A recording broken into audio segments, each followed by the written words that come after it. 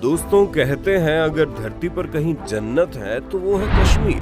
खूबसूरत वादियां, बर्फ से ढकी चादरों की तरह, पहाड़ों की चोटियां और श्रीनगर में गहरी डल झील यहाँ की खूबसूरती को बयां करती है।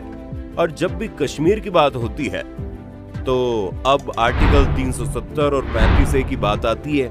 साथ ही कश्मीर के महाराजा हरि सिंह का नाम भी जरूर आता है। दोस्तों, यहाँ का इतिहास पुराने जमाने से ही बहुत गौरवशाली रहा है। आज हम अपनी वीडियो में महाराजा हरि सिंह और कश्मीर के इतिहास की बात करेंगे। तो चलिए शुरू करते हैं। जम्मू कश्मीर भारत का अभिन्न अंग है। आजादी के बाद जम्मू कश्मीर भारत का हिस्सा बना, जिसके लिए एक इंसान को जिम्मेदार माना जाता है। वो है जम्मू कश्मीर के आखिरी राजा हरि सिंह। इन्होंने 26 अक्टूबर 1947 को एक ऐतिहासिक फैसला लिया, जिसके बाद कश्मीर भारत का हिस्सा बन गया। भारत और पाकिस्तान के बंटवारे के बाद ही कश्मीर दोनों देशों की दुश्मनी की वजह रहा। जम्मू कश्मीर भारत में अकेली ऐसी रियासत थी जहां पर जनसंख्या तो ज्यादातर मुसलमान थी, लेकिन वहां पर राजा हिंदू थे। अब बात करते हैं हरि सिंह के वंश की। हरि सिंह डोगरा वंश के थे। इस वंश के सबसे पहले राजा गुलाब सिंह थे और इन्हीं के पोते थे हरि सिंह। 21 सितंबर 1895 को हरि सिंह का जन्म जम्मू के अमर पैलेस में हुआ और इनके पिता महाराजा अमर सिंह थे। हरि सिंह ने 23 सितंबर 1925 को कश्मीर रियासत की राजगद्दी संभाली। हरि सिंह ने अपनी जिंदगी में 4 शादियां की और वरिष्ठ कांग्रेस नेता और लेखक करण सिंह राजा हरि सिंह के बेटे हैं। 13 साल की उम्र में हरि सिंह अजमेर के मायो कॉलेज में पढ़ने के लिए चले गए और अगले ही साल उनके पिता की मौत हो गई। इसके बाद उनके चाचा प्रताप सिंह को जम्मू कश्मीर का राजा बनाया गया। 20 साल की उम्र में हरि सिंह को जम्मू कश्मीर का मुख्य सेनापति चुना गया और महाराजा हरि सिंह ने 1925 में जम्मू कश्मीर रियासत की बागडोर अपने हाथ में ले ली। हरि सिंह आजकल की या आधुनिक सोच विचार वाले इंसान थे।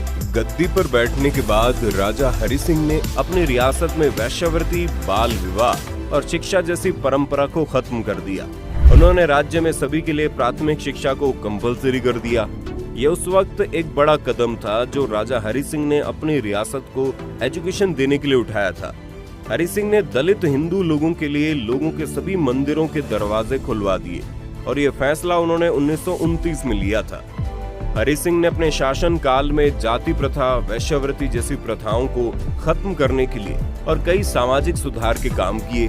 महाराजा हरि सिंह मुस्लिम लीग और उनकी सांप्रदायिक सोच के खिलाफ थे और दूसरे विश्व युद्ध के टाइम पर 1944 से 1946 तक शाही युद्ध मंत्री मंडल के सदस्य भी रहे। 26 अक्टूबर 1947 को महाराजा हरि सिंह ने जम्मू कश्मीर का भारत में विलय उसी संवैधानिक विलय पत्र के आधार पर किया, जिसके आधार पर बाकी रियासतों का भारत में विलय हुआ था। उस वक्त महाराजा हरि सिंह ने विलय पत्र में लिखा था कि मेरे इस विलय पत्र की शर्तों में भारतीय अधिनियम 1947 के किसी भी संशोधन के जरिए बदलाव नहीं किया जाएगा, जब तक मैं खुद इस बदलाव के लिए तैयार ना हूँ।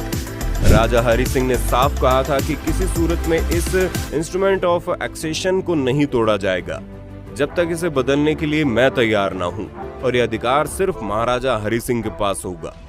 अब पाकिस्तान की सोच की बात करते हैं। पाकिस्तान कश्मीर के बारे में हमेशा से ही क्या सोचता था?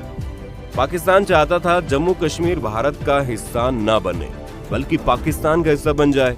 इसके लिए वो हर मुमकिन कोशिश कर रहा था, लेकिन महाराजा हरि सिंह पाकिस्तान के साथ जाने के लिए तैयार नहीं थे। इस बात से नाराज होकर पाकिस्तान ने 22 अक्टूबर 1947 को कश्मीर पर हमला कर दिया और मारकाट शुरू कर दी।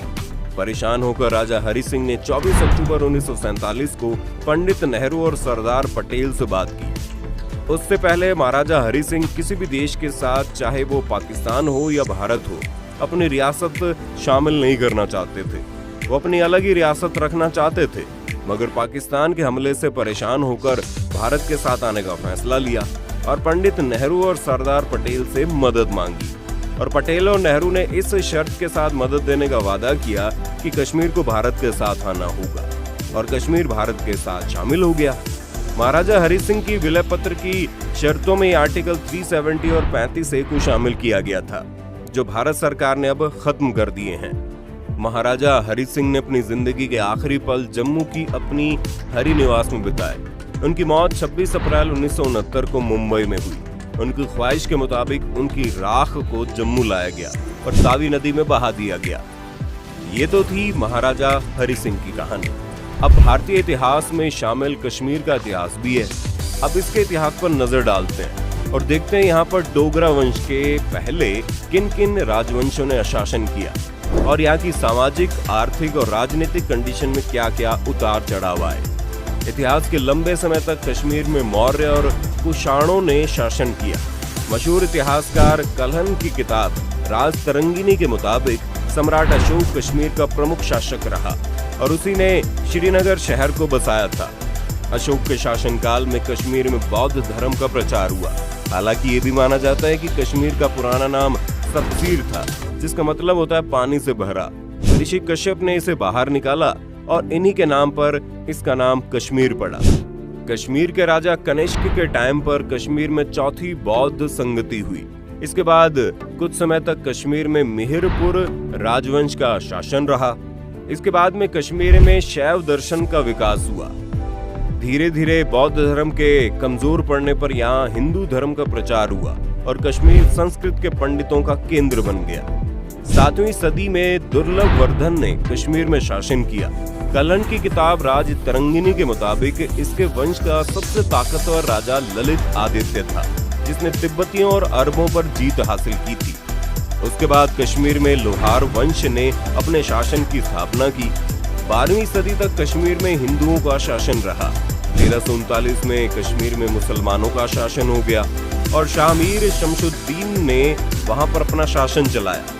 इसके बाद शाह जैनुल आबिदीन ने कश्मीर पर हुकूमत की और इसे कश्मीर के अकबर के नाम से जाना जाता है। उसने सभी धर्मों को बराबर सम्मान दिया, यानी एक जैसा समझा, और उसके कारण कश्मीर घाटी में ज्यादातर लोग मुसलमान हो गए।